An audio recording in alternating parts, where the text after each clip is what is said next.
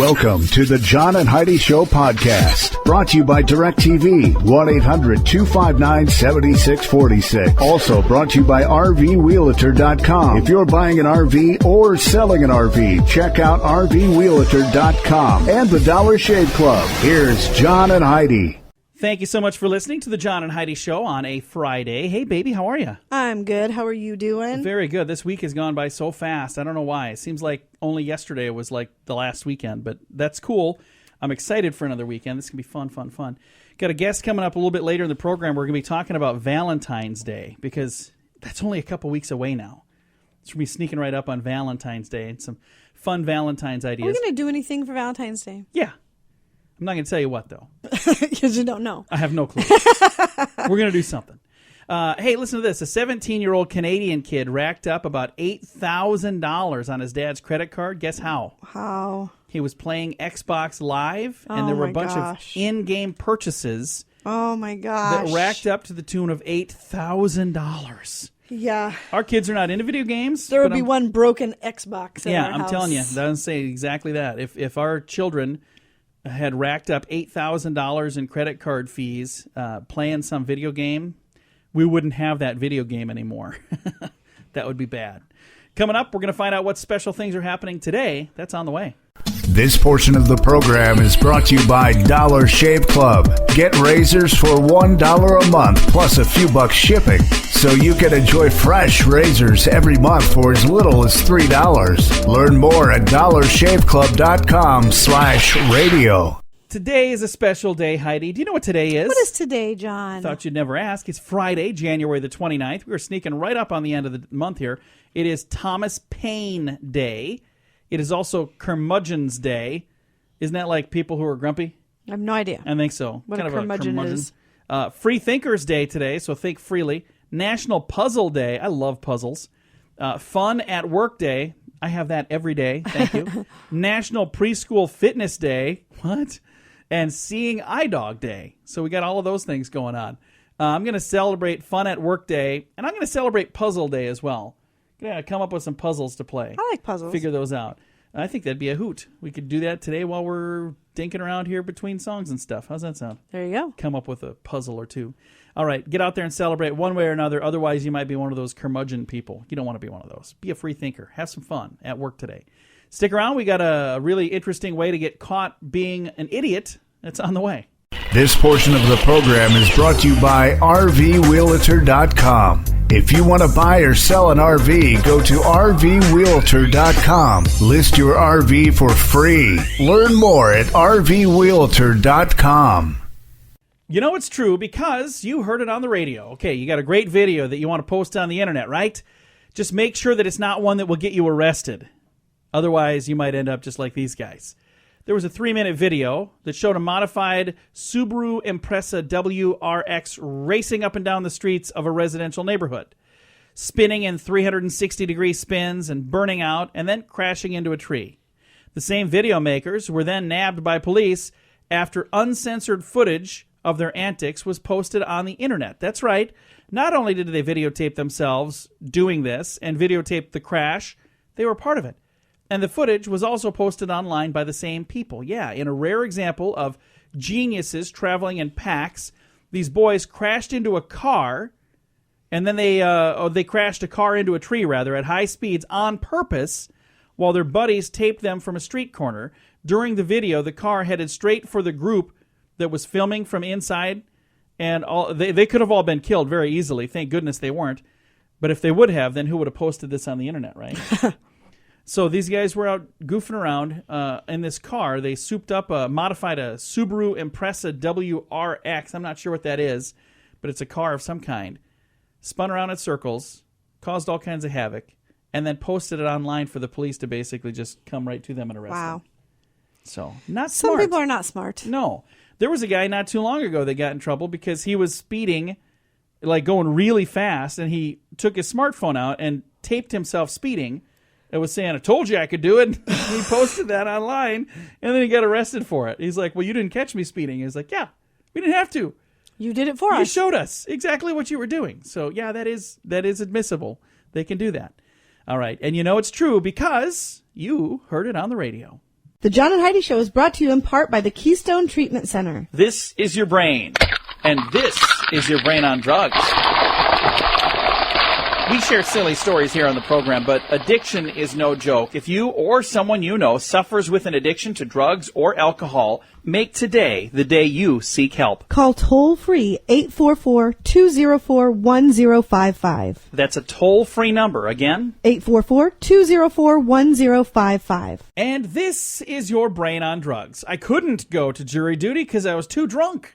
Oh, That's not a very good excuse. Authorities in Missouri charge Curtis Lemons.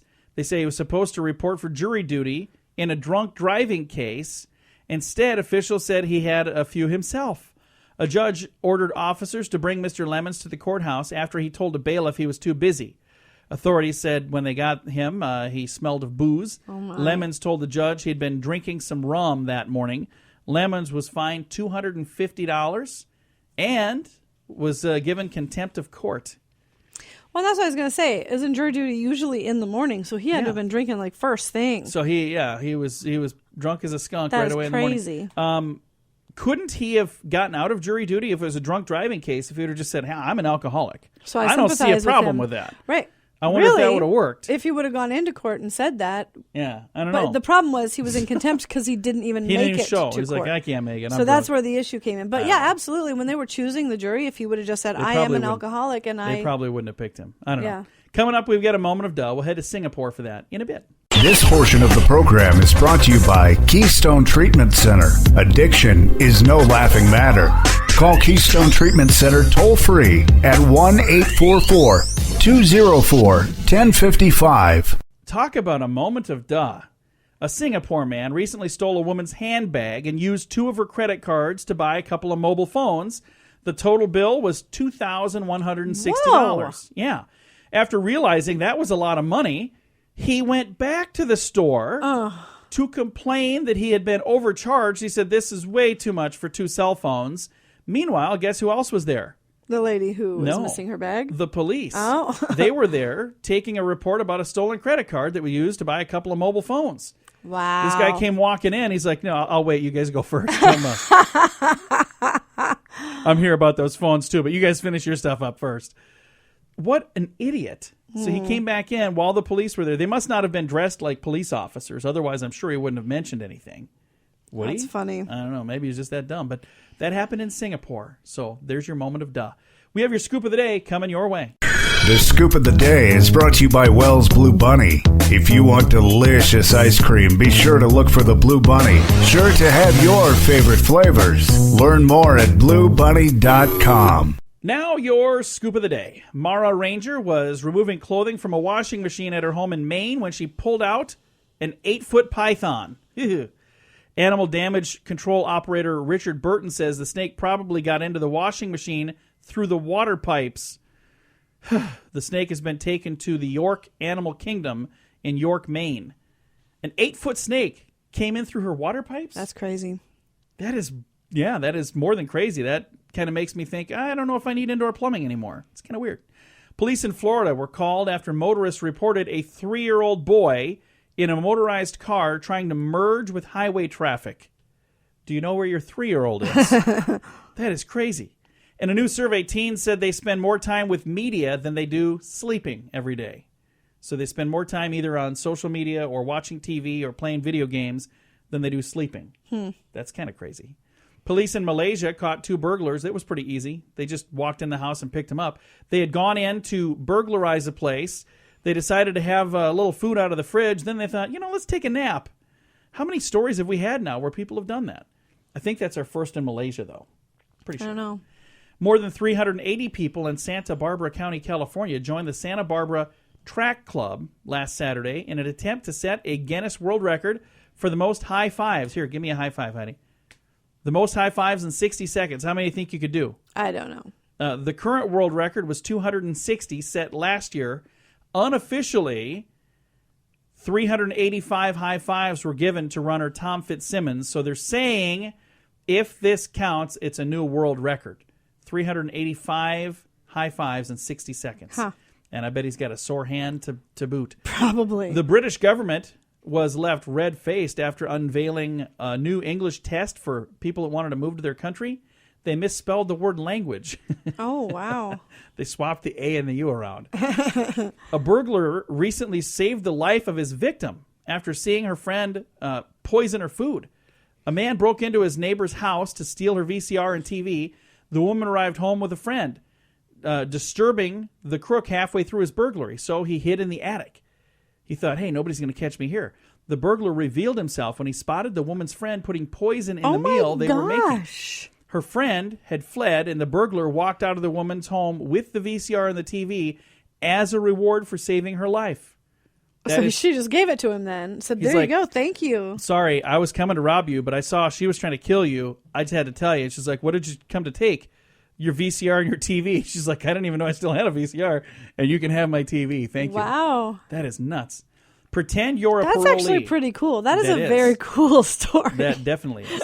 Pretend you're a parolee. Of course, stealing anything would violate parole, right? Now, what if you go out and steal something anyway? And that stolen item happened to be from maybe a prison uniform. Florida police arrested an ex-convict. Why would he want the uniform? Well, listen to this. He was an ex-convict at a rock festival wearing a stolen bright orange prison uniform. The 25-year-old from Lakeland allegedly stole the uniform when he was released in January. The suspect told officers it was a good Halloween costume. Of course, this was April when they caught him. They didn't think that was a good excuse. And he was arrested for violating his parole because when he left prison, he kept his jumpsuit. And he wore it in public at a rock festival. And people called and said, I think there's a prisoner on the loose.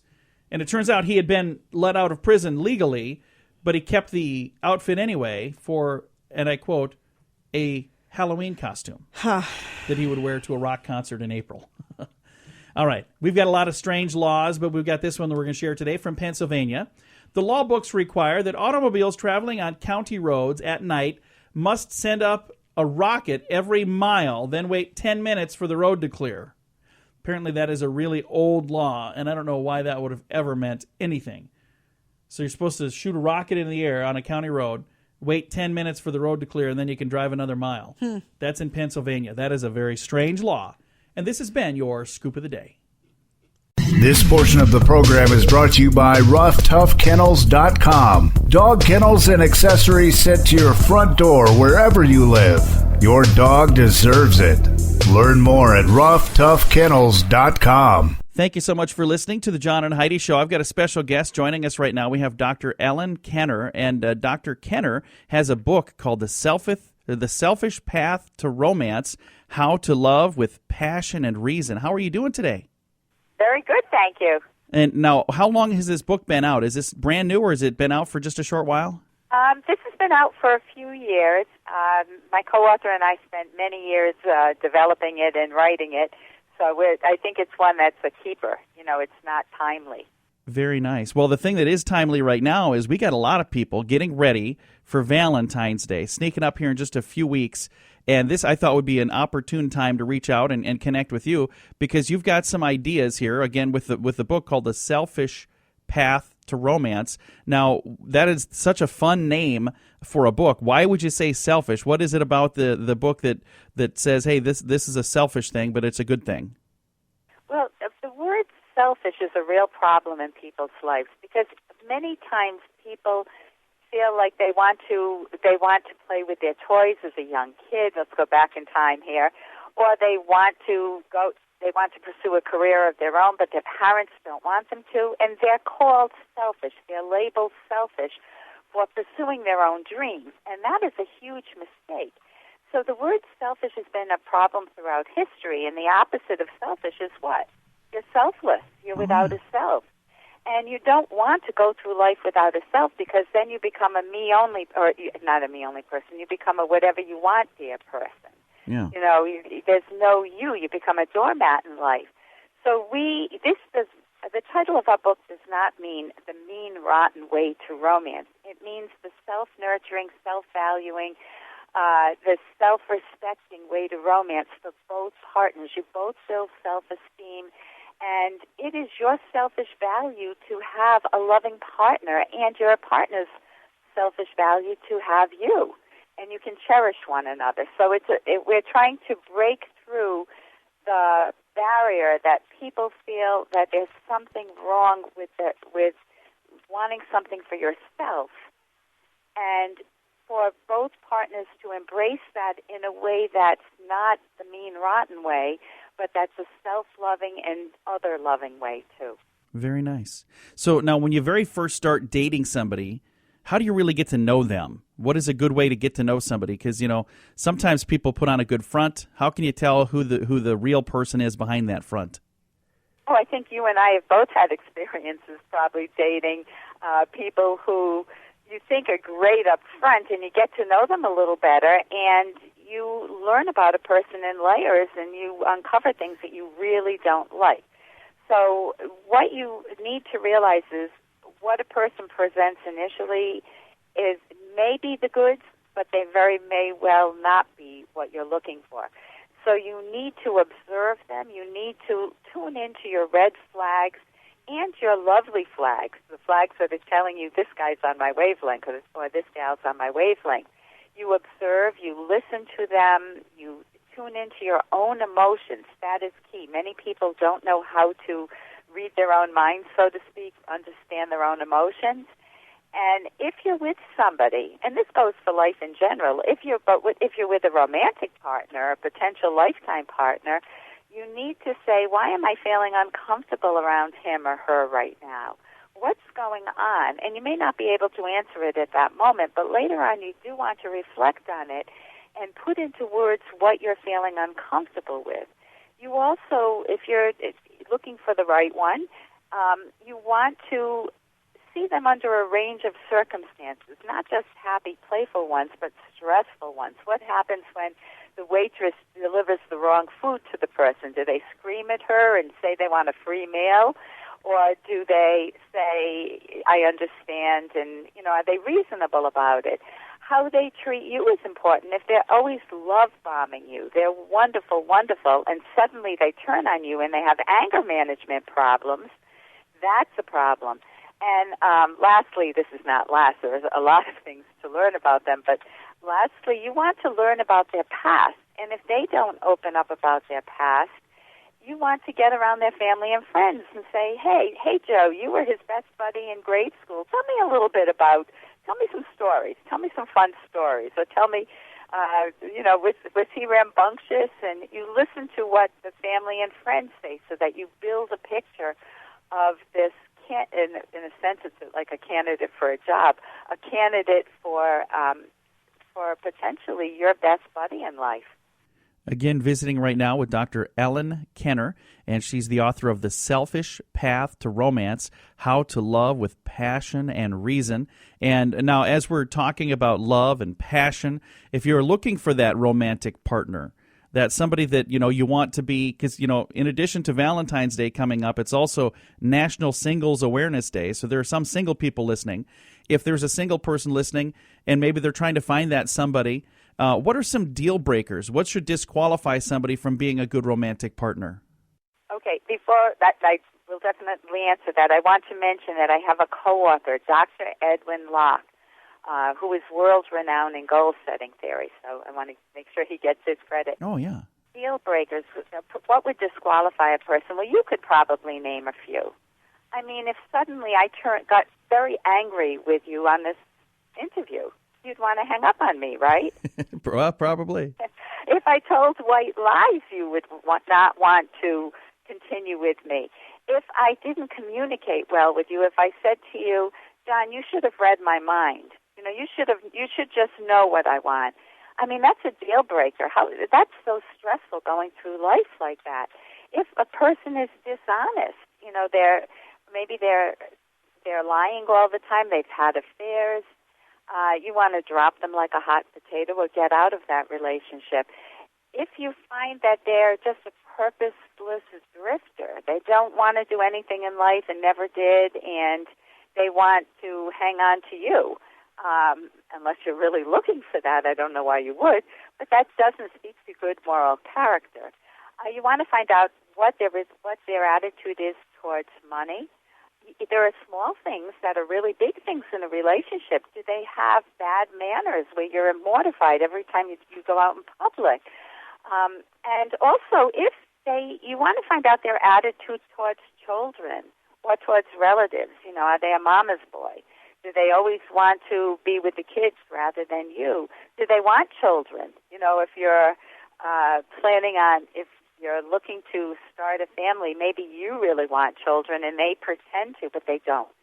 You really need to look at all of these issues. It's a very complex issue to find somebody that's the right match for you. That's funny. It reminds me, when you're talking about that, I was kind of smiling there because my wife and I, as a matter of fact, she's the one that does the radio program with me. It's the John and Heidi Show. She's Heidi, I'm John.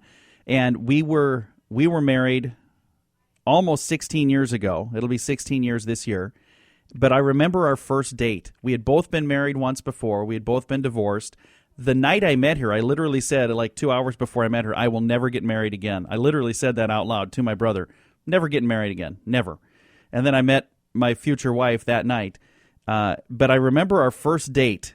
If anybody would have been sitting at a booth next to us, they had to think it was the weirdest thing ever because we were both going through, it wasn't like we had a paper with a list, but we were going through things in our mind that I'm not interested in this. And she's like, me neither. And here's what I don't want. And here's what I don't want. We went through our lists of things that this is what I'm looking for and this is what I'm not looking for. And, we can wrap this date up right now if that's the way it's going to be. It was really funny. But you know what? We both found somebody that was very compatible. I absolutely love her. It's worked out very well. We've been married 16 years now. So it's very funny when you were talking about not being afraid to ask these things. You got to find out, how do they deal with money? How do they do this? Those are the kind of things we talked about 16 years ago, and it's worked out pretty well. And that's on your first date, and that's wonderful to have that sort of directness and forthrightness. And look, it connected you. It made you feel closer to one another rather than feeling like it was an off-putting situation. And it just really made things easier from there because then we kind of did 10 dates in one date. We cut through a whole bunch of stuff and just said, I don't want to play a bunch of games. This is who I am. This is what I'm looking for. And if that's not you, that's fine. That's okay. We can still be friends because we were friends already. But I was like, yeah, we could still be friends. But, I'm really glad that we're not just friends. I love her, and we've got a little daughter together now as well. A little daughter. She's at high school, so. But you know what? They're always little daughters. Yeah, my baby girl. Well, it has been an absolute pleasure visiting with you. Let's talk about the book. Where can I find The Selfish Path to Romance, How to Love with Passion and Reason? Where can I find a copy of this?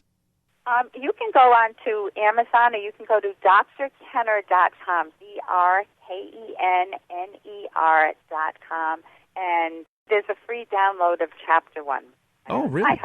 My husband's reminding me we're married 40 years. Well, very nice. At drkenner.com, you can get a free download of the first chapter on there? Yes, a free download of the first chapter, and you can look through it on Amazon to see if you like it. And at the end of the book, we have a section called The Selfish Path to Romance Roadmap, and it gives you all of the topics in the book. It's like an expanded table of content, so you can find, if you're looking to find humor, how important is humor in a relationship, and what different types of humor are there. You could go to the back of the book and find it right away. Well, thank you so much, Dr. Kenner. It's been an absolute pleasure. Thank you. And again, the book is called The Selfish Path to Romance, How to Love with Passion and Reason. You can get the book, if you're looking for it, at your favorite local bookstore, but I guarantee you'll find it at Amazon.com as well. Thanks for listening to The John and Heidi Show. This portion of the program is brought to you by CarsForSale.com. If you're in the market to buy a car, truck, or van, find thousands of vehicles to choose from at CarsForSale.com. Fun fact for you, Heidi. What's that, John? In Scotland, early golf courses had varying number of holes. Now they're all 18 holes, or you could do 9 holes for half. But some courses had as few as 5 holes back in the day. You can't even play around on 5 holes. How would you... Back then, they did. Maybe they play a few more of them, a couple more times. There you go. Let's play these a bunch of times, like 2.5 times would be good. All right. Fun fact number 787. You ready for this? I am ready. The largest apple pie ever baked was 40 feet in diameter and 3 feet thick. You and I have talked about this a lot. That's not something I understand. I don't get the whole people world record who things? Feel like they need to... Don't know. I don't know. It's just, to me, it's silly. Some people like having world records. I guess. We don't have one. Hey, fun fact for you, Heidi. What's that, John? Pizza Hut has launched a new line of clothing and accessories. So if you always wanted to look like you work at Pizza Hut, you are in luck. And Or you could just go work at Pizza Hut. that would work too. Fun fact for you, Heidi. What's that, John? The best way to get rich is save money. More than 1 in 5 Americans think the best way to get rich is the lottery. 11% say inheriting money is the best way. 55% say saving something every month is the best. And that is truly the only way, because all that other stuff, you're just fortunate if that happens. But that one you actually control. You can save a little bit every month. And that's the best way to get rich.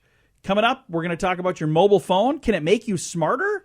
I don't know. We'll find out. It's on the way. This portion of the program is brought to you by StoneGroupArchitects.com. It's more than a building. It's design and function working together. Check out the project portfolio at StoneGroupArchitects.com. Thank you for listening to the John and Heidi Show on a Friday. We've got an interesting story here. Can using a cell phone make you smarter? Now, for years, people talked about brain cancer, or I can get cancer using that phone so much, up to your head. Well, they've been proven pretty much that that is not true. But now, a study out of Hong Kong says mobile phone users, their brains actually work, and I quote, significantly better. Tests have shown mobile users perform mental tests better than non-users due to the findings that local heating effect around your ear when a mobile phone is used causes some change in your brain, and it could actually increase your processing speed of your whole noggin. So that's kind of a cool thing. Yeah, it is. Either that, or maybe people who don't perform so well on those tests are also people who just don't have a cell phone. They're like, I don't want to do that. I don't need a phone. So that's where I'm wondering, is this a real thing, or is it just coincidental? Because like your mother, up until recently, she didn't have a phone. I mean, at all. She didn't have a cell phone. Right. She's still not really online. But that doesn't necessarily mean that she's not smarter. But if you were going to take these same tests, if those tests were being done on some digital device, I don't think she would do well because she doesn't use those things. No, she doesn't use those. So I kind of wonder the validity of this because it just sounds too good to be true. And I say that because I'm on the phone a lot. If that's the case, I'm going to get on the phone even more. But you also have to remember, when comparing to somebody like my mom, who has never used those, it's not like she's a stupid woman. No, she's not at all. I never said she was. But she just doesn't have any desire to learn it, doesn't want to learn it. But that doesn't mean that she's not just as smart, if not smarter than you in many other categories. In many ways, yes. But it says here that it showed that mobile phone users perform mental tests better than non-users. And they're saying it's because of the phone. What I'm saying is I wonder if it's just because the people who don't want a phone, it has nothing to do with it. They didn't use the phone, but they didn't perform as well on that particular test. That's what I'm saying. There you go. Did I clear all that up? Sure. Is your mother going to hate me? No. I hope not. Sandy, I love you. All right, coming up, we've got other things to talk about. We got squirrel problems. That's on the way.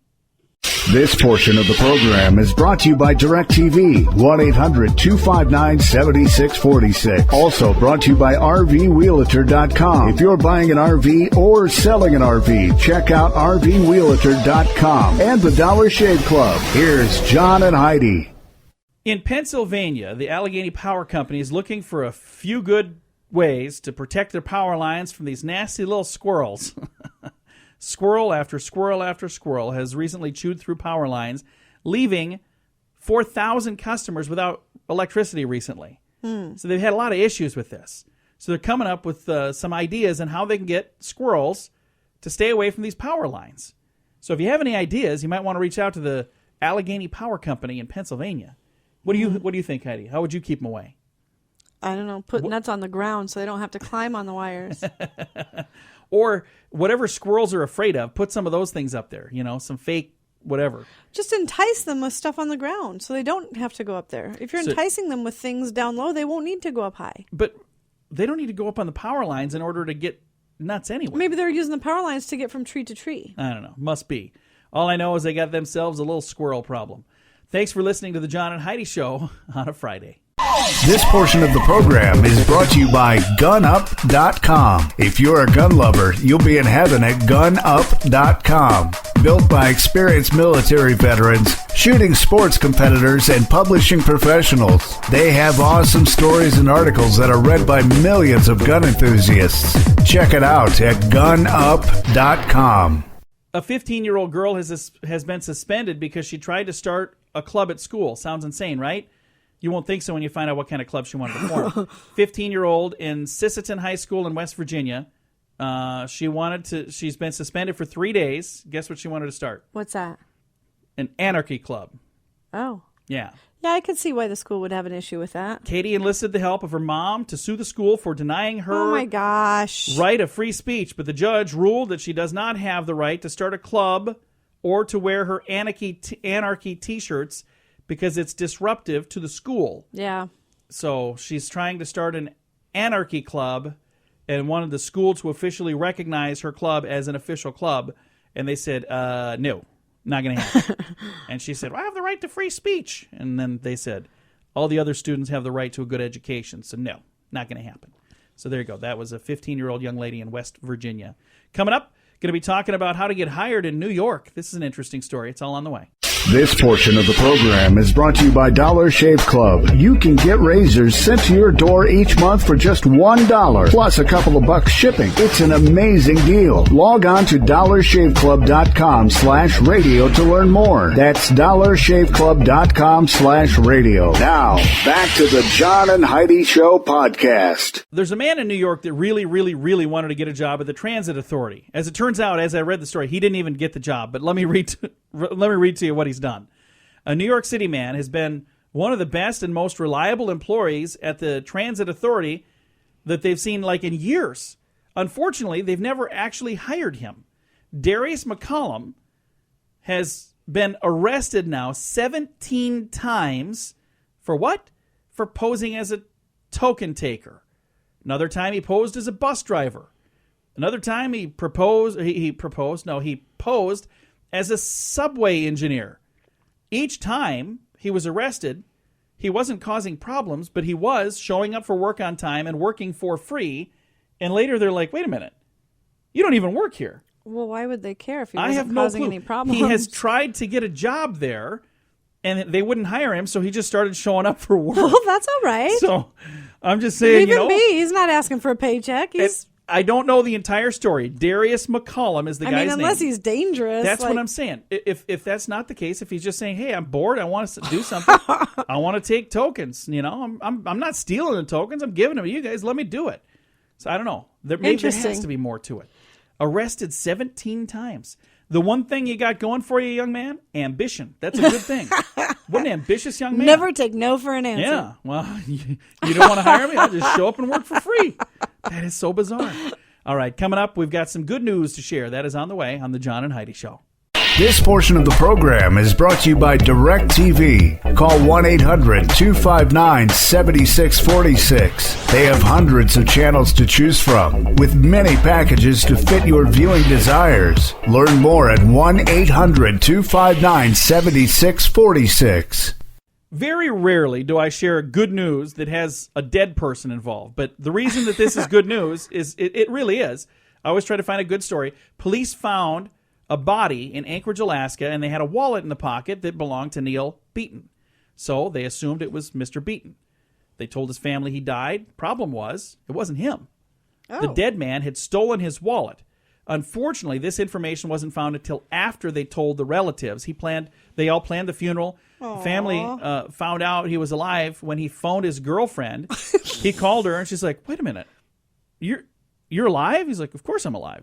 We thought you were dead. He's like, no, I'm just out playing bingo. Seriously. He was playing bingo? Yeah, he was out playing bingo. He was playing bingo. He was not dead. Wow. I don't know how long he was playing bingo. How long does it take to plan a funeral? Long enough to plan a funeral. All right. Since that was kind of a ripoff for a positive good news story, we got another one here. Show Hope.